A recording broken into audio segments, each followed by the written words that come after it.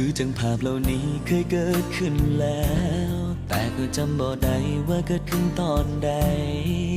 อยู่ในความทรงจำหรือว่าแค่ฝันไป ทั้งที่หัวใจบ่เคยเชื่อเรื่องแบบนี้เลย คนคนหนึ่งที่เพิ่งเคยเจอกัน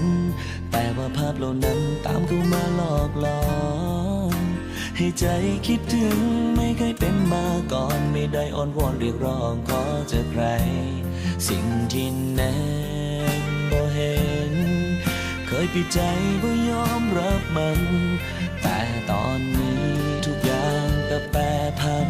จากมือนี้หอดมือนั้นสิบ่ยอมให้ผู้ใดมาทำร้ายต่อจากนี้สิคอยดูแลเจ้าให้ดีๆบ่ให้ผู้ใดเข้ามากำไกลในชีวิตเจ้า ทั้งที่ใจบ่เชื่อว่าความฮักนั้นมีจริงอยู่บ่แต่